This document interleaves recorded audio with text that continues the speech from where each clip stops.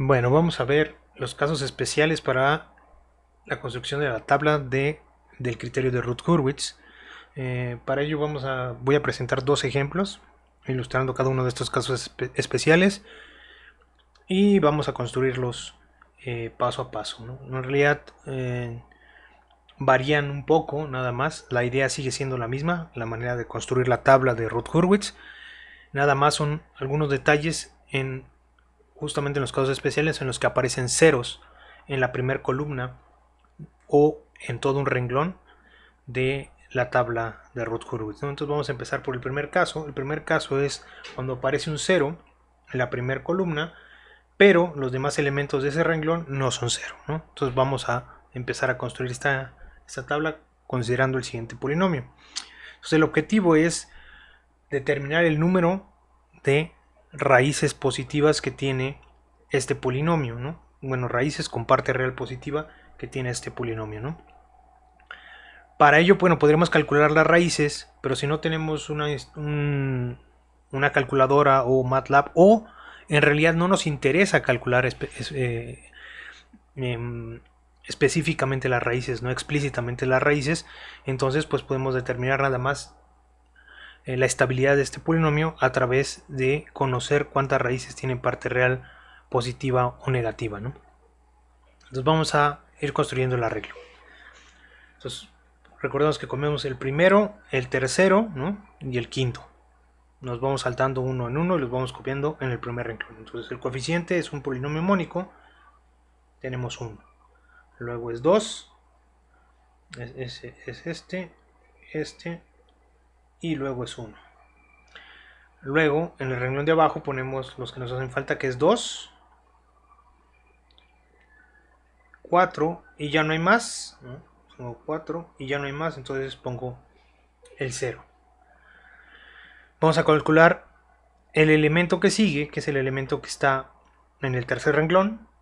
Recordemos que ese se calcula, va a ser, lo voy a poner aquí, lo voy a poner B1 para que sea más claro. B1, ¿no? Va a ser igual a este por este, menos este por el signo menos, ¿no? Entonces menos este por este, 1 por 4, menos 2 por 2, ¿no? Entre el que está acá arriba, que es 2. Pero ya nos damos cuenta que 1 por 4 es 4 y 2 por 2 es 4. Esto nos da 0, ¿no? Entonces, esto es equivalente a tener en este renglón un 0. ¿No? Tendremos un 0 aquí. Si tenemos un 0 aquí, lo que va a pasar es que aunque calculemos el siguiente elemento, a la hora que queremos calcular el elemento de acá abajo, vamos a tener este por este menos este por este entre 0.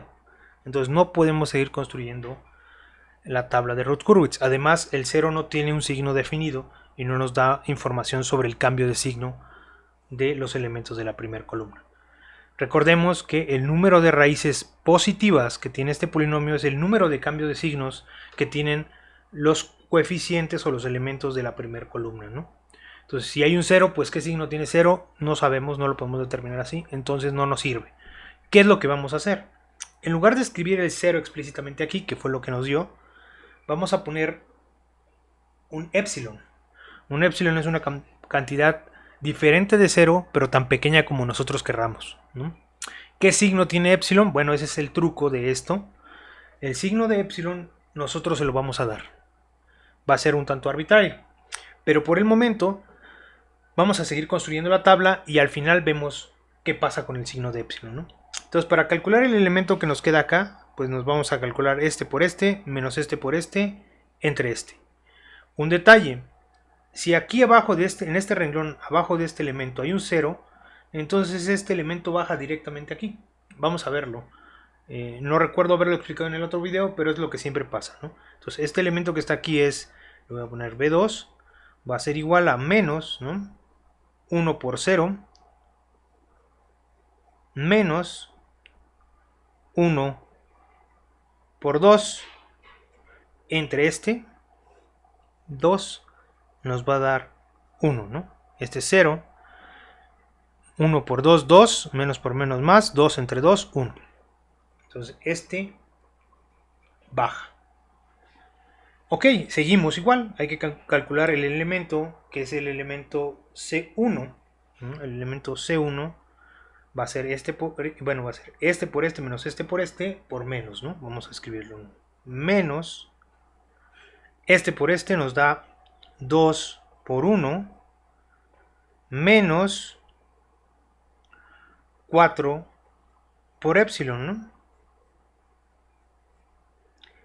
Entre este epsilon, ¿no? Vamos a escribirlo de una manera más bonita. Menos por menos más nos da 4 epsilon menos 2 entre epsilon.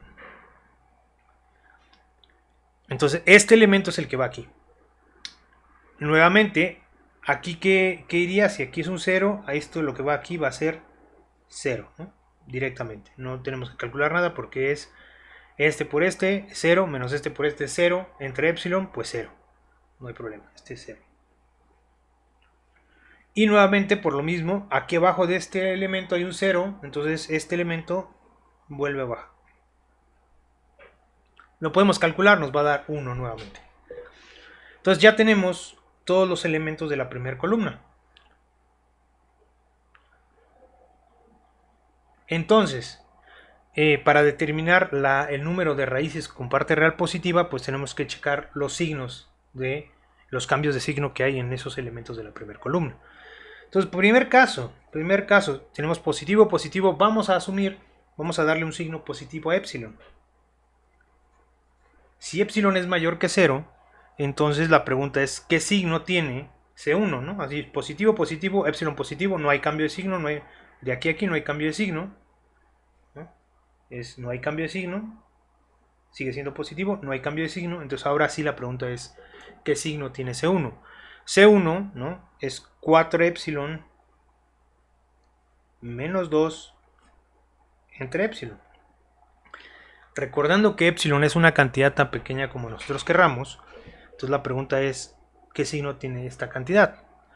Si 4 epsilon es una cantidad tan pequeña como nosotros querramos, entonces 4 epsilon, obviamente lo vamos a hacer lo más pequeña posible, pero positiva.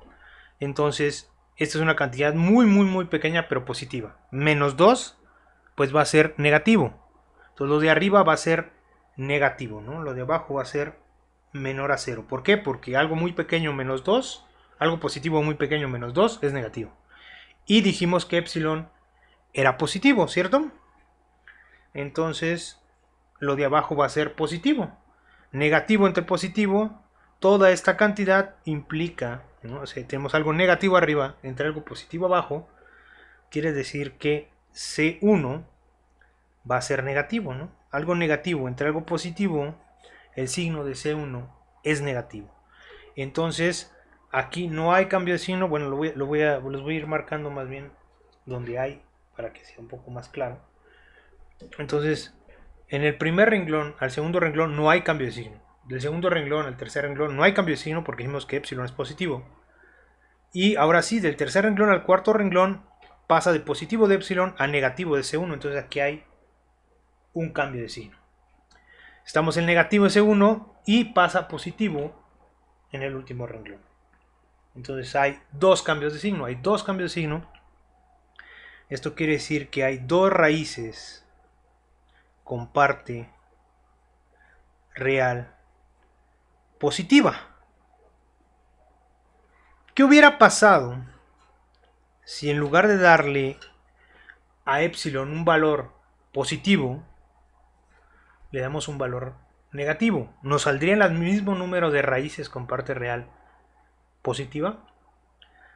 Recordamos que a epsilon le estamos dando un valor arbitrario, entonces sería extraño, ¿no? Que cambiando esto no nos diera el mismo resultado. Entonces vamos a ver, para este ejemplo, debe de coincidir, aunque le demos positivo o le demos negativo, el número de raíces con parte real negativo de este polinomio, perdón, con parte real positiva, el número de raíces con parte real positiva de este polinomio debe ser igual, sin importar si yo a epsilon le doy valor positivo o valor negativo. Vamos a ver. Ahora dándole a epsilon un valor muy pequeño pero negativo, vamos a tener lo siguiente. Si epsilon es negativo, entonces ya tenemos un cambio de signo, lo voy a poner aquí aparte, ¿no? Ese es el 1, ¿no? Y esta va a ser la tablita del 2. No hay cambio, no hay cambio, pero del positivo al epsilon, entonces sí hay cambio. Ahora la pregunta es cuál es el signo de C1. Vamos a ver cuál es el signo de C1. Si 4 epsilon menos 2 entre epsilon, ¿qué signo tiene? 4 epsilon dijimos que es una cantidad muy pequeña negativo. Entonces 4 epsilon sigue siendo una cantidad muy pequeña negativa, menos algo negativo, lo de arriba va a ser negativo. Pero dijimos que epsilon era negativo. Entonces lo de abajo es negativo. Por lo tanto, negativo entre negativo quiere decir que esta cantidad C1 va a ser positiva. Epsilon era negativo, C1 es positivo, entonces hay un cambio de signo aquí. C1 es positivo y 1 es positivo, entonces ya no hay cambio. Entonces el número sigue siendo el mismo. Sigue siendo dos cambios de signo. Hay un cambio de signo de 2 a epsilon negativo y hay otro cambio de signo de epsilon negativo a C1 positivo. Entonces no importa si nosotros seleccionamos epsilon positivo o negativo, lo importante es que el número de raíces con parte real positiva no va a cambiar. Entonces este es el caso cuando hay un 0 en la primera columna. Vamos a ver el segundo caso especial. El segundo caso especial se da cuando todo un renglón de la tabla de Ruth-Hurwitz es 0.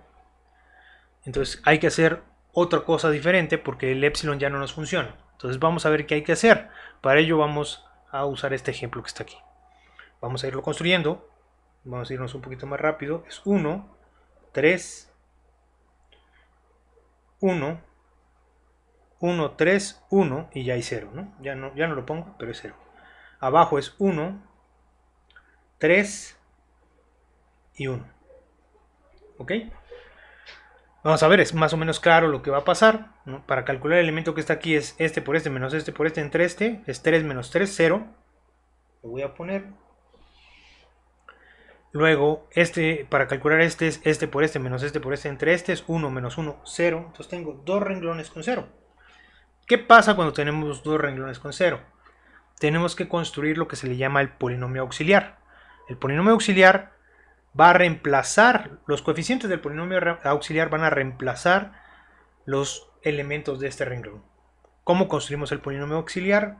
Tomamos los coeficientes del renglón anterior y construimos un polinomio de máxima potencia a la que corresponde, en este caso es la cuarta potencia, y saltándonos una potencia. O sea, 4, 2, ¿no? Nos saltamos el 3 y del 2 nos saltamos al 0. 4, 2, 0. Entonces, el primer coeficiente, vamos a llamarle polinomio auxiliar. El primer coeficiente es 1, entonces es 1 por s a la 4, s a la 4. Más 3 por s a la 2, nos saltamos el 3, ¿no? Nos saltamos la s cúbica. Nos saltamos la s a la 1, entonces nos va a quedar más 1. Este es el polinomio auxiliar. Entonces ahora vamos para calcular los coeficientes del renglón que nos hace falta, lo que vamos a hacer es derivar con respecto a este polinomio auxiliar. Entonces hay que calcular la derivada con respecto a del polinomio auxiliar. ¿Cuál es la derivada? Pues bueno, es 4s cúbica más 18, no, perdón, 12, no, perdón, 6, perdón, es 3 por 2, 6. 3 por 2, 6, s más 0, ¿no? Entonces este es el polinomio, estos son los coeficientes del polinomio que deberían de ir aquí. Hay un truco que es volver mónico este polinomio. ¿Cómo sería volver mónico este polinomio? Dividiendo todo por el de mayor exponente. Eso lo podemos hacer. Entonces este es equivalente, claro, no es el mismo polinomio, ¿sí? Pero tiene las mismas raíces, entonces se puede utilizar aquí. Dividiendo todo esto entre 4. Si dividimos todo esto entre 4, todo el renglón nos queda s cúbica más 6 entre 4, ¿no? Nos da 3 medios de s, ¿no? Este es son los coeficientes, ¿no? Que van al coeficiente 1 y 3 medios. son los mismos, realmente, bueno, tienen las mismas raíces de este polinomio y este polinomio. Nada más estoy simplificando, dejándolo mónico para no tener que poner aquí el 4 y luego hacer más operaciones, pero si lo ponen no pasa nada. Entonces, vamos a copiar estos coeficientes y los vamos a poner aquí. Es 1 y 3 medios. En lugar de los ceros que teníamos, vamos a copiar los coeficientes de la derivada del polinomio auxiliar de forma mónica. El de acá pues es 0, porque en realidad ya tenemos aquí ceros, entonces es 0. Ok, y podemos seguir construyendo nuestro arreglo de Routh-Hurwitz de la misma manera de siempre. Entonces el siguiente coeficiente sería, le voy a poner C1, aquí C1, aquí sería igual. C1 sería este por este, sería menos 1 por 3 medios menos 3 por 1 entre 1. Este por este menos este por este, entre este por menos. ¿Qué nos da? Nos da 3 menos 3 medios, o sea, serían 6, ¿no? 6 medios menos 3 medios nos va a dar 3 medios, ¿no? Nos va a dar, o sea, aquí tenemos 3 por 2, 6 medios, menos 3 medios, ¿no? Entre 1, esto nos va a dar 3 medios.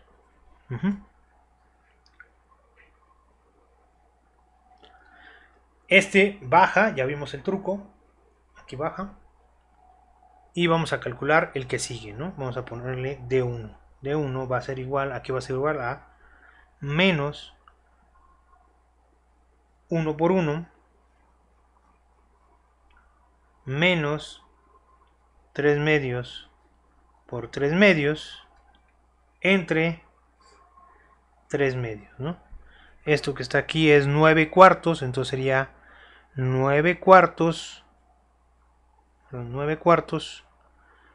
menos, un entero serían 4 cuartos, entre 3 medios.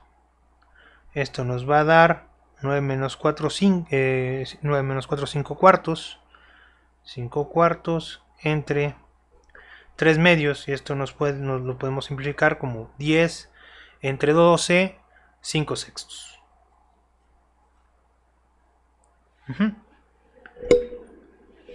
Ok. Entonces aquí irían 5 sextos. Y este que está acá, aquí va un 0. Este que está acá vuelve a bajar. Y resulta que este polinomio es estable porque no tiene ninguna raíz, no hay ningún cambio de signo en los coeficientes de la primera columna. Entonces hay 0 raíces con parte real positiva.